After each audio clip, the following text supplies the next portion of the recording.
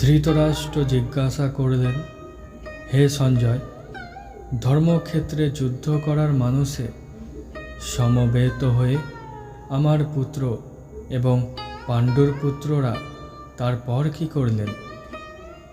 সঞ্জয় বললেন, হে রাজন, পাণ্ডবদের সৈন্যসজ্জা দর্শন করে রাজা দুর্যোধন দ্রোণাচার্যের কাছে বললেন, হে আচার্য, পাণ্ডবদের মহান সৈন্যদল দর্শন করুন, যা আপনার অত্যন্ত বুদ্ধিমান শিষ্য দ্রুপদের পুত্র অত্যন্ত দক্ষতার সঙ্গে বীর্যের আকার রচনা করেন।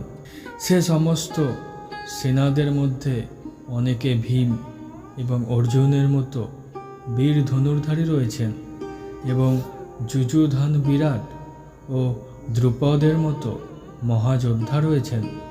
সেখানে ধৃষ্টকেতু চেতিকান, কাশীরাজ পুরুজিৎ, কুন্তিভোজ এবং শৈব্যের মতো অত্যন্ত বলবান যোদ্ধারাও রয়েছেন।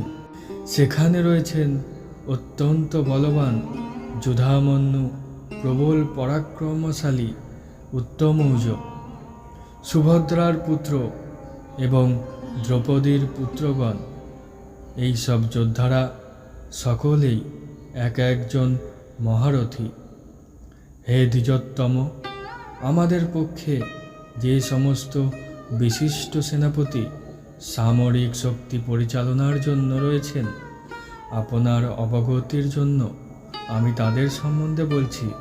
সেখানে রয়েছেন আপনার মতোই ব্যক্তি সম্পন্ন ভীষ্ম, কর্ণ, কৃপ, অশ্বত্থামা, বিকর্ণ এবং সৌমদত্তের পুত্র ভূরিশ্রবা, যারা সর্বক্ষেত্রে সর্বদা সংগ্রামে বিজয়ী থাকেন।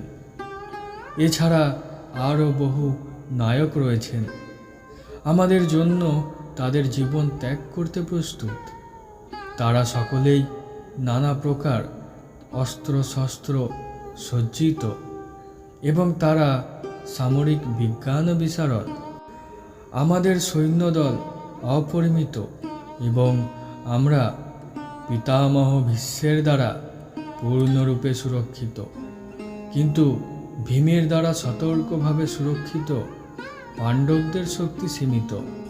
এখন আপনারা সকলে নিজ নিজ গুরুত্বপূর্ণ স্থানে সমর সেনাসজ্জায় স্থিত হয়ে পিতামহ ভীষ্মকে পূর্ণ সাহায্য করুন। তখন কুরুবংশের বৃদ্ধ পিতামহ ভীষ্ম দুর্যোধনের হর্ষ উৎপাদনের জন্য সিংহের গর্জনের মতো অতি উচ্চ নাদে তার শঙ্খ বাজালেন। তারপর শঙ্খভেরী পনক, আনক, ঢাক এবং গমক সিংহা সমূহ হঠাৎ একত্রে ধ্বনিত হয়ে এক তুমুল শব্দের সৃষ্টি হল। অন্যদিকে শ্বেত অশ্বসমূহযুক্ত এক দিব্য রথে স্থিত শ্রীকৃষ্ণ এবং অর্জুন উভয়ে তাদের দিব্য শঙ্খ বাজালেন। তখন শ্রীকৃষ্ণ পাঞ্চজন্য নামক তার শঙ্খ বাজালেন এবং অর্জুন বাজালেন তার দেবদত্তক নামক শঙ্খ এবং বিপুল ভোজন প্রিয় ভীমকর্ণা সেন বাজালেন পৌণ্ড্র নামক তার ভয়ঙ্কর শঙ্খ। কুন্তিপুত্র মহারাজ যুধিষ্ঠির অনন্ত বিজয় নামক শঙ্খ বাজালেন এবং নকুল এবং সহদেব বাজালেন সুঘোষ এবং মণিপুষ্পক নামক শঙ্খ। হে মহারাজ, তখন মহান ধনুর্ধর কাশীরাজ, প্রবল যোদ্ধা শিখণ্ডী, ধৃষ্টদ্যুম্ন, বিরাট এবং অপরাজিত সাত্যকী, দ্রুপদ, দ্রৌপদীর পুত্রগণ, সুভদ্রার মহাবলবান পুত্র এবং অন্য সকলে তাদের নিজ নিজ পৃথক শঙ্খ বাজালেন। শঙ্খ নিনাদের সেই শব্দে আকাশ বিদীর্ণ হল, পৃথিবী কম্পিত হল এবং তার ফলে ধৃতরাষ্ট্রের হৃদয় প্রবল ভয়ে বিধ্বস্ত হল। সেই সময় পাণ্ডুপুত্র অর্জুন হনুমান চিহ্নিত পতাকা শোভিত রথে অধিষ্ঠিত হয়ে তার ধনুক তুলে নিয়ে স্বর নিক্ষেপ করতে প্রস্তুত হলেন। হে মহারাজ, ধৃতরাষ্ট্রের পুত্রদের সমরসজ্জায় বিন্যস্ত দেখে ঋষিকেশকে অর্জুন তখন এই কথাগুলি বললেন। অর্জুন বললেন, হে অচ্যুত অভ্রান্ত বন্ধু, তুমি উভয় পক্ষের সৈন্যদের মাঝখানে আমার রথ স্থাপন করো, যাতে আমি দেখতে পারি যুদ্ধ করার অভিলাষী হয়ে কারা এখানে এসেছে এবং আমাকে অস্ত্র ধারণ করে কাদের সঙ্গে এই মহা সংগ্রাম করতে হবে। আমি দেখতে চাই ধৃতরাষ্ট্রের দুর্বুদ্ধি সম্পন্ন পুত্রদেরকে সন্তুষ্ট করার জন্য কারা এখানে যুদ্ধ করতে এসেছে। সঞ্জয় বললেন, হে ভারত বংশধর, অর্জুন কর্তৃক এইভাবে আদিষ্ট হয়ে শ্রীকৃষ্ণ সেই উত্তম রথটি চালিয়ে নিয়ে উভয়ে পক্ষের সৈন্যদের মাঝখানে রাখলেন।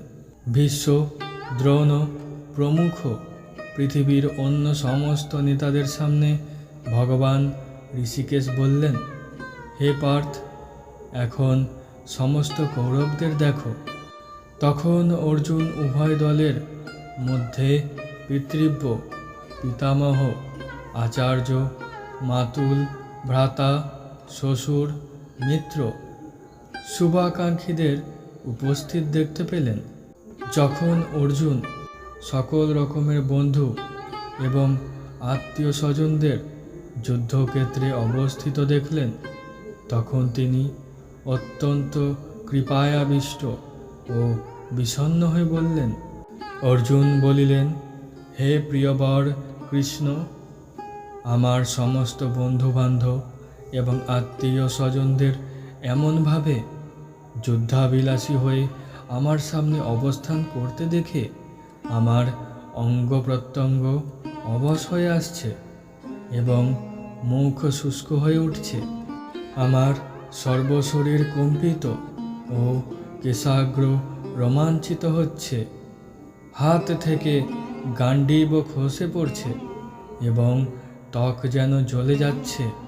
হে কেশব, আমি এখন স্থির থাকতে পারছি না। আমি বিভ্রান্তি বোধ করছি। আমার চিত্ত উদ্ভ্রান্ত হচ্ছে। হে কেশী দৈত্যহন্তা শ্রীকৃষ্ণ, আমি কেবলই অমঙ্গলসূচক লক্ষণ দর্শন করছি। হে কৃষ্ণ, আত্মীয় স্বজনদের নিধন করা শ্রেয়স্কর দেখছি না। আমি যুদ্ধে জয়লাভ করতে চাই না, রাজ্য সুখ ভোগের কামনা করি না। হে গোবিন্দ, আমাদের রাজ্যে কি প্রয়োজন? আর সুখ ভোগ বা জীবন ধারণেই বা কী প্রয়োজন, যখন দেখছি যাদের জন্য রাজ্য ও ভোগ সুখের কামনা তারা সকলেই এই রণক্ষেত্রে উপস্থিত। হে মধুসূদন, যখন আচার্য, পিতৃব্য পুত্র, মাতুল, শ্বশুর পৌত্র, শ্যালক, আত্মীয় স্বজন, প্রাণ ও ধনাদির আশা পরিত্যাগ করে আমার সামনে যুদ্ধে উপস্থিত হয়েছে, তখন তারা আমাকে বধ করলেও আমি তাদের হত্যা করতে চাইব কেন? হে সর্বজীব সত্তার প্রতিপালক জনার্দন, পৃথিবীর তো কথাই নাই, এমনকি ত্রিভুবনের বিনিময়েও আমি যুদ্ধ করতে প্রস্তুত নই। ধৃতরাষ্ট্রের পুত্রদের নিধন করে কি সন্তোষ আমরা লাভ করতে পারব? এই ধরনের আততায়ীদের বধ করলে মহাপাপ আমাদের আচ্ছন্ন করবে। সুতরাং ধৃতরাষ্ট্রের পুত্রদের সংহার করা আমাদের উচিত হবে না। হে শ্রীকৃষ্ণ, লক্ষ্মীপতি মাধব, আত্মীয় স্বজনদের হত্যা করে কি লাভ হবে এবং তা থেকে কেমন করে আমরা সুখী হব?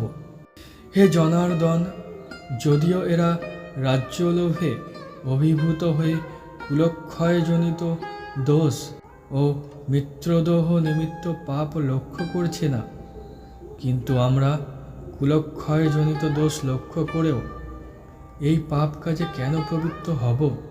কুলক্ষয় হলে সনাতন কুলধর্ম বিনষ্ট হবে এবং তা হলে সমগ্র বংশ অধর্মে অভিভূত হবে। হে কৃষ্ণ, অধর্মের দ্বারা অভিভূত হলে কুলবধূগণ ব্যভিচারে প্রবৃত্ত হয় এবং হে বাঞ্ছেয়, কুলস্ত্রীগণ অসৎ চরিত্রা হলে অবাঞ্ছিত প্রজাতি উৎপন্ন হয়। অবাঞ্ছিত বর্ণসংকর সন্তান উৎপাদন বৃদ্ধি হলে কুল ও কুলঘাতকেরা নরকগামী হয়। সেই কুলে পিণ্ডদান ও তর্পণ ক্রিয়া লোপ পাওয়ার ফলে তাদের পিতৃপুরুষরাও নরকে অধঃপতিত হয়। যারা বংশের ঐতিহ্য নষ্ট করে এবং তার ফলে অবাঞ্ছিত সন্তানাদি সৃষ্টি করে, তাদের কুকর্মজনিত দোষের ফলে সর্বপ্রকার জাতীয় উন্নয়ন প্রকল্প এবং বংশের কল্যাণ ধর্ম উচ্ছন্নে যায়। ফলে সনাতন জাতি ধর্ম ও কুলধর্ম বিনষ্ট হয়। হে জনার্দন, যাদের কুলধর্ম নষ্ট হয়েছে তাদের নিয়ত নরকে বাস করতে হয়। আমি পরম্পরাক্রমে শুনেছি।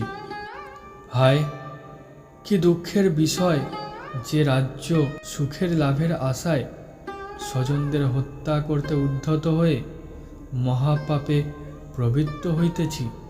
প্রতিরোধ রহিত ও নিরস্ত্র অবস্থায় আমাকে যদি শস্ত্রধারী ধৃতরাষ্ট্রের পুত্রেরা যুদ্ধে বধ করে, তাহা হলে আমার অধিকতর মঙ্গল হবে। সঞ্জয় বললেন, রণক্ষেত্রে এই কথা বলে অর্জুন ধনুর্বাণ ত্যাগ করে শোক ভারাক্রান্ত চিত্তে রথপরি উপবেশন করিলেন।